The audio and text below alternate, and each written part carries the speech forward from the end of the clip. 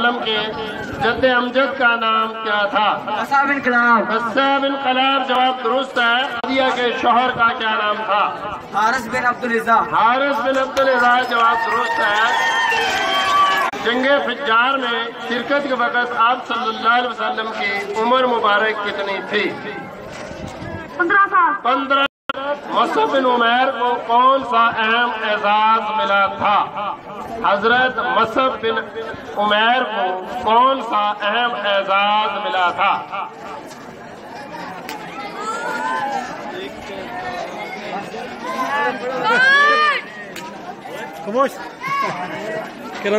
जी जवाब नहीं मिल सका। हुजूर सल्लल्लाहु अलैहि वसल्लम की पहरादारी का शर्फ ग़ज़वा खंदक में किसको हासिल हुआ? हजरत जुबैर जवाब दुरुस्त। मिडिल हिस्से की मुकाबला जीतने वाली क्लास सक्षम करार पाई।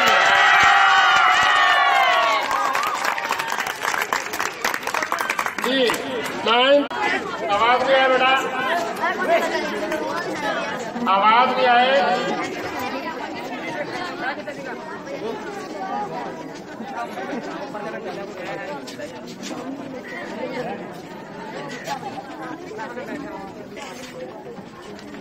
सल्लल्लाहु अलैहि वसल्लम के परदादा का नाम क्या था?